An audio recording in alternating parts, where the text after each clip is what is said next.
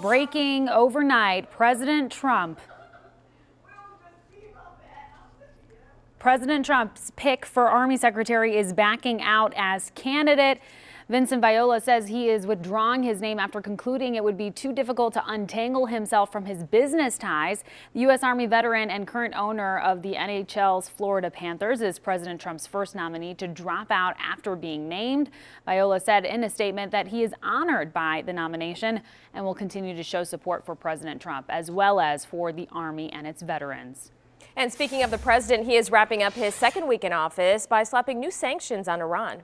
And a federal judge in Seattle has temporarily blocked the president's travel ban nationwide. ABC's Stephanie Ramos has the latest from D.C.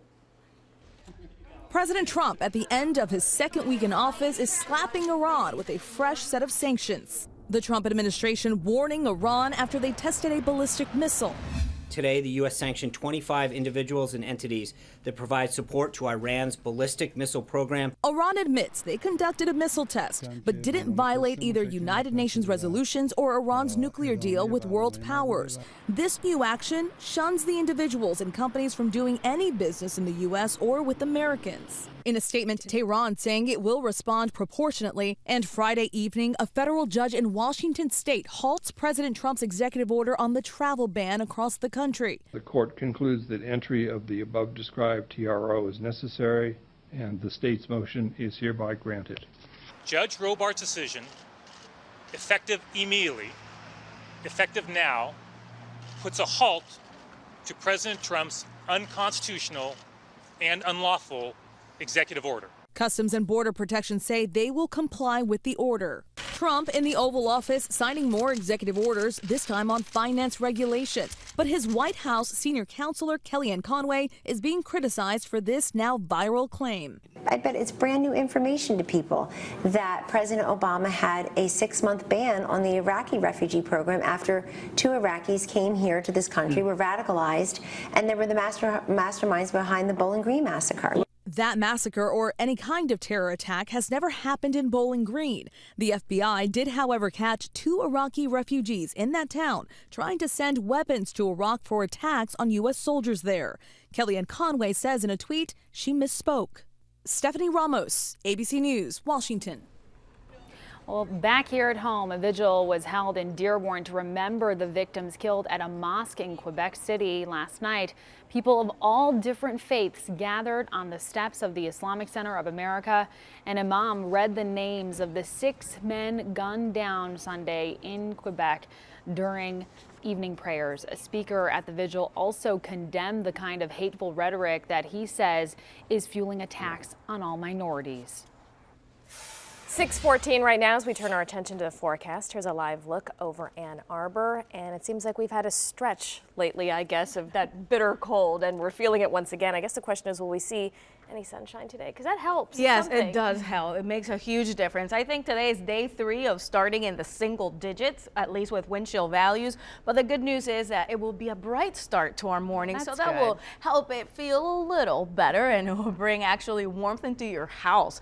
Ann Arbor, though, starting at 1 degree below zero. It's a very dry air that has settled in. Sunrise today at 7:43 a.m. Sunset at 5:52 right now across the area. We're talking 9 in Pontiac, 10 in Howell, 13 Mount Clemens. So everyone really starting out in the teens, but once we factor that light breeze, it feels like 2 in Mount Clemens, 6 in Lapeer, 4 in Detroit, the same for City Airport, and 6 in Monroe, 0 over in Windsor. And look at Ann Arbor, 13 below zero. So you get it. It is a bitterly cold start to our morning. Make sure you bundle up if you have any outdoor activities. 7 first alert radar showing us that there's no rain, no snow to worry about, and it will stay dry throughout the morning and even into the afternoon. If you're headed north, there's a snowmobile race in Sault Ste. Marie. They will be picking up some light snow showers this morning and even into the afternoon. There's more chance for snow. The further north we go, the more snow we see with the next system approaching the region tonight. So for this afternoon, we're talking clouds on the increase. By 2 p.m. you can see clouds mainly increasing from west to east. Still some sunshine over northeastern locations, but throughout the afternoon and mainly into the evening, it will turn just cloudy overall. Temperatures today will be rising into the low 30s. And after midnight, that's when we get the opportunity to see some light snow moving in.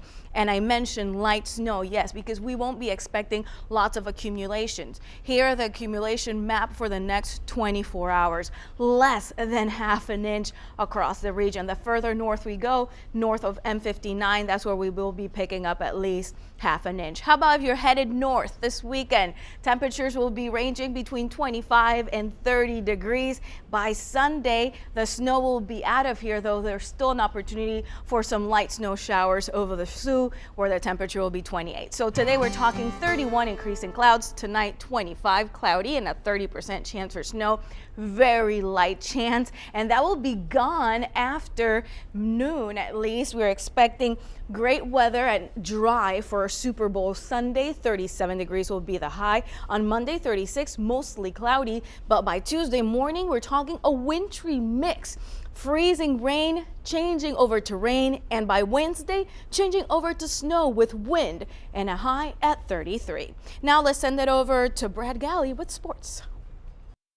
Good morning to you. Jeff Blashill said yesterday morning he absolutely 100% believed the Red Wings can go on a run.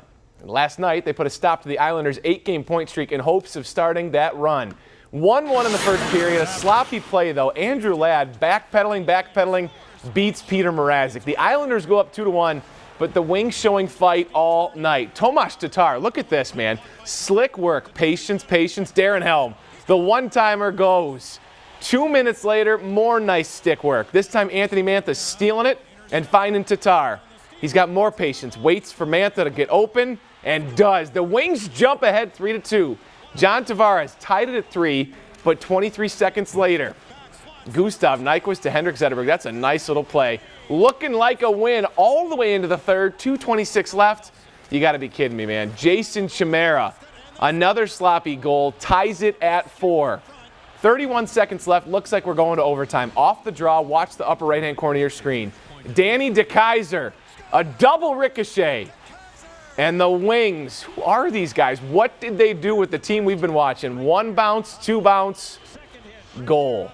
Coming back to win it, the Wings, 5-4, they take it. It was nice to see that we got that bounce in the end. Most of the time during the year, those even out, and I think that we had some bounces against us lately, so it's nice to see that we got one on our side. Kentavious Caldwell-Pope on Wednesday, a career-high 38 points. Friday against Minnesota, just 2. But around him, guys stepping up and having their own career nights.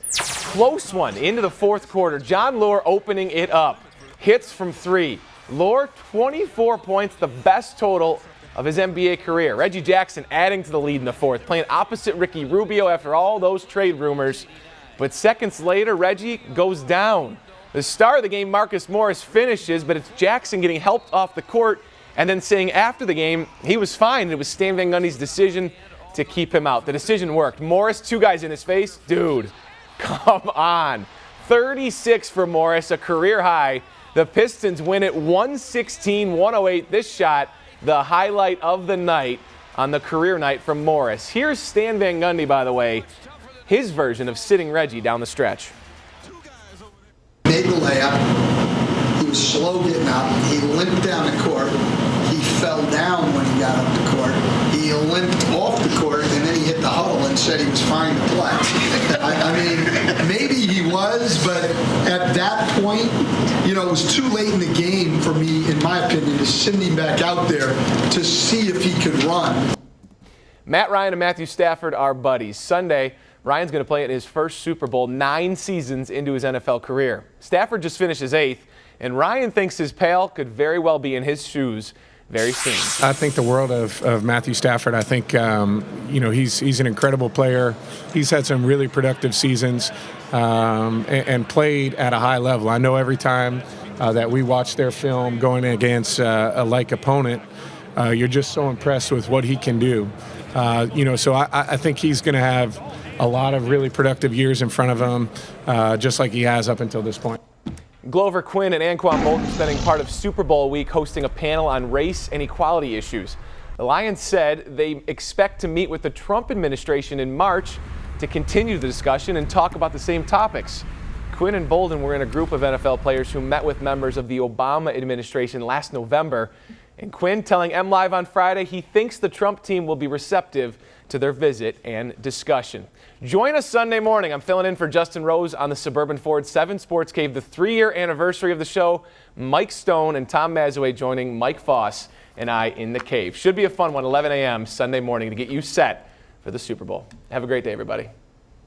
All right, Brad, thank you. And speaking of the Super Bowl, if you're looking to buy some last-minute Super Bowl tickets, you're going to have to dig deep, of course. That's right. The price for cheap seats is currently around $2,700. That's what they consider cheap. And get this, the average price of a ticket is now around $5,000.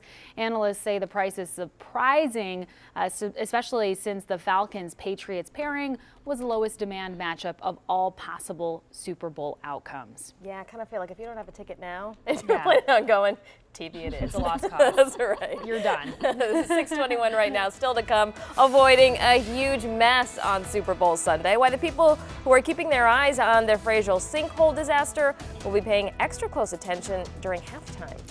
Plus, a cold-blooded killer is on the run, wanted for shooting a man in front of 3 children. The neighborhood he could be hiding in coming up next in our Detroit's Most Wanted. You're watching 7 Action News this morning.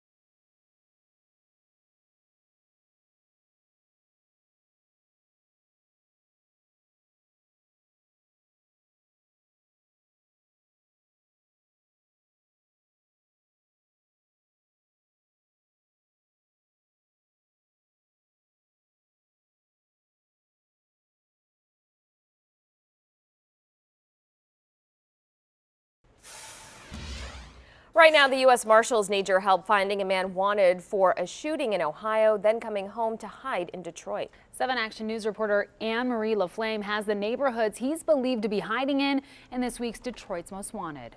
Cornys Hawthorne is wanted by the Fremont Police Department out of Ohio. He's one of ours, a Metro Detroit native, but the U.S. Marshals say Cornys Hawthorne is taking his violent ways across state lines, accused in a shooting while visiting his girlfriend. While he's over there visiting her, he decides to go do an armed robbery. Deputy U.S. Marshal Aaron Garcia says Hawthorne wanted to get some quick cash. He encounters a female who's in that home. He puts a gun to her head and demands money. At that point, She's home with her boyfriend and also 3 children. Garcia says the woman ran and hid in the closet.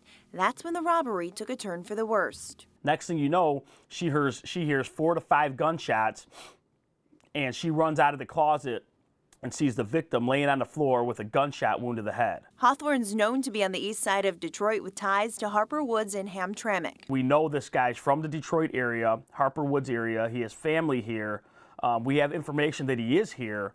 We just need to find out exactly where he's at this point. Take a good look at Corny's Hawthorne. He's a young male, 22 years old, 5'1", 125 pounds, and he goes by the nickname Peanut. And as always, the U.S. Marshals are offering a cash reward for any information on where Hawthorne may be. You can contact them anytime and remain anonymous at 313-234-5656. I'm Anne-Marie LaFlamme, 7 Action News. And thanks to our Detroit's Most Wanted reports, 2 more fugitives were recaptured just this week. On Monday, police say John Merriweather turned himself in after a 1.5-year-long run from the law. And on Wednesday, Brandon McCauley, a man who police say hunted his victims across several states, was caught thanks to a tip from a viewer who saw our story. All right, still to come, a canine happy hour where you can take your pup for a free and fun event today, all while helping a good cause. Plus, out in the cold, several families looking for a new place to live after this huge fire rips through an apartment complex. We're going to tell you how many units were destroyed. We'll be right back.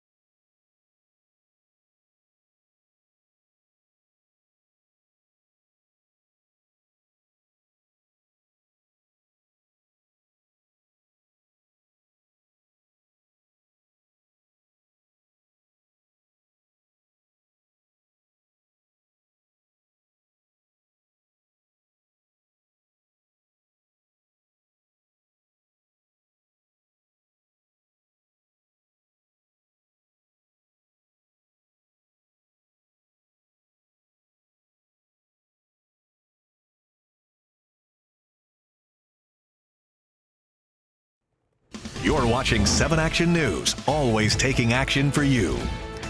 Welcome back on this Saturday, February 4th. I'm Amira David. And I'm Anu Prakash, along with Denise Isaac. We have been talking about, well, we were just talking about drinking coffee or tea or something, especially on a morning like this. Yes. Anything warm. Yes, anything warm, or even having hand warmers if you have any outdoor activities, because temperatures are really cold. Let's start with this live look over campus marshes on this bitterly cold morning. The lights aren't even on the ice rink. That just means that temperatures temperatures are cold, but at least the sunshine will be back on this Saturday. So that's always good news when we have that sunshine. It makes a huge difference. Right now, Ann Arbor, 1 below 0, 13 in Adrian, 10 Howell, 13 in Lapeer. So temperatures are in the teens, but once we factor in that light breeze, it's not strong, it's very light, single digit feels like 5 in Monroe, 1 below in Flint, and 5 also in Lapeer. We are expecting a warming trend this weekend. How much warmer are we expecting to get? Well, today we'll be warming up to 31 compared to yesterday when we were in the 20s.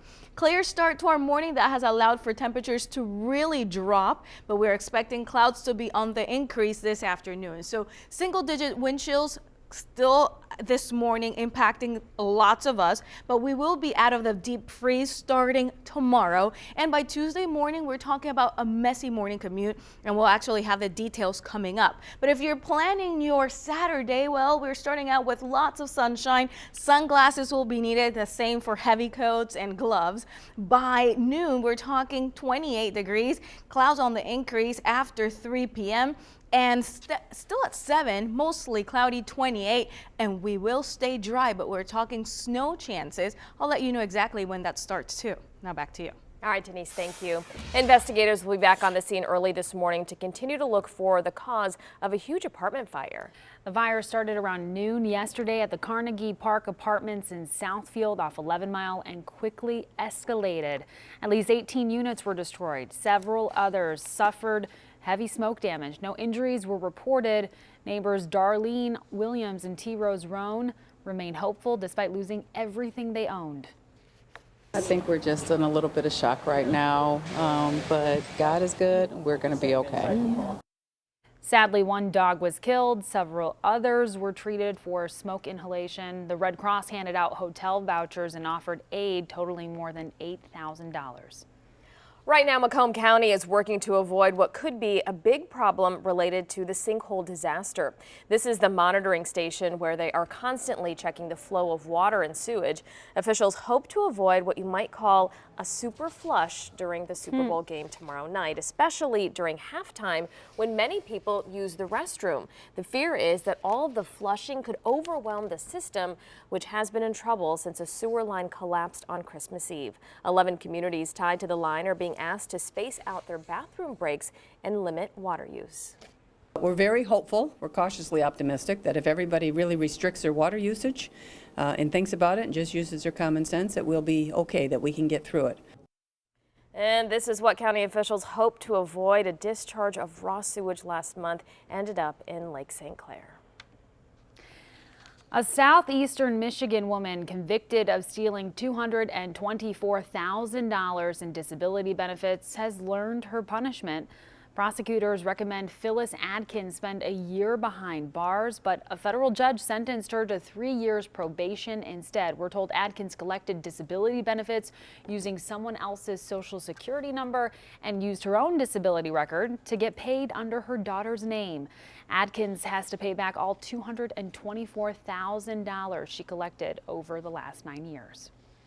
The state says it's working around the clock to find out more about a big data breach that may have revealed the personal information of up to 1.9 million people here in Michigan. Their social security numbers and other personal information may have been compromised. Those potentially at risk include people whose payroll is processed by one of 31 third-party vendors that work with the state's unemployment benefit system. Right now, we're told there's no evidence of any wrongdoing by anyone who had any access to that information. And in this morning's Workers Wanted, the Wayne County Sheriff's Office is hosting the first of 2 hiring events today. The goal is to fill over 100 open positions. Now, today's Job Expo will take place from 10 a.m. until 1 this afternoon at 2nd Ebenezer Church. To apply, you must be at least 18 years old, have a valid Michigan driver's license, and a high school diploma or GED. You must also be qualified to get a concealed pistol license. If you go, remember to dress professionally, of course, and be prepared for those on-the-spot interviews. The second job fair will be held next Saturday at Hartford Memorial Baptist Church.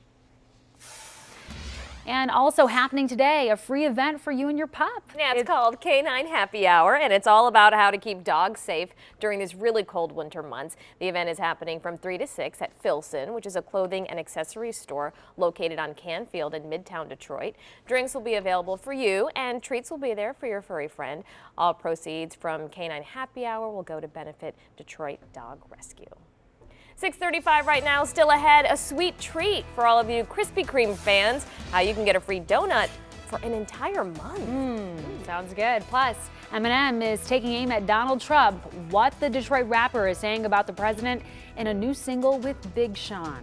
But first, here's a live look from our MDOT camera at I-75 and North Line, where in just a little bit, this area southbound is going to shut down for 2 years. Up next, we're going to be navigating you through this traffic nightmare. You're watching 7 Action News on this Saturday morning.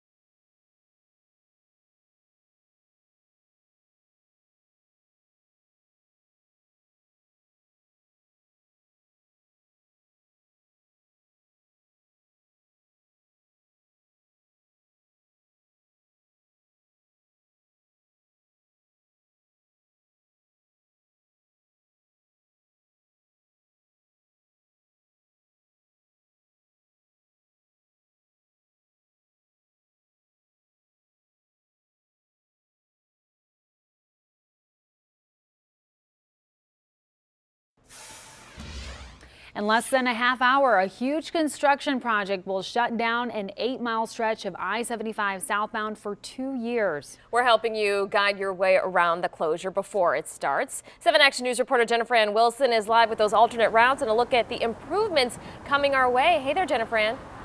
Hey there, that's right. Once the sun rises, construction closures will begin. So you got 30 more minutes to enjoy I-75 being open, heading southbound.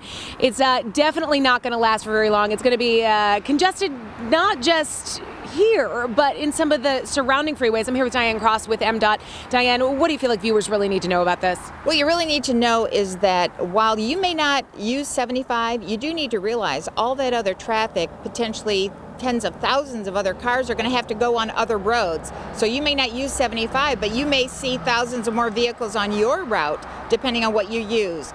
If you come through downtown, we are detouring traffic onto 96 westbound. A lot of folks are going to try using 94 west to head out toward maybe Southfield or Telegraph, which means 94 is going to be even heavier and slower. So everybody needs to leave early Monday morning, not just those who normally would use 75 and need to detour, but everybody who uses any of these south and west routes are going to see that extra traffic.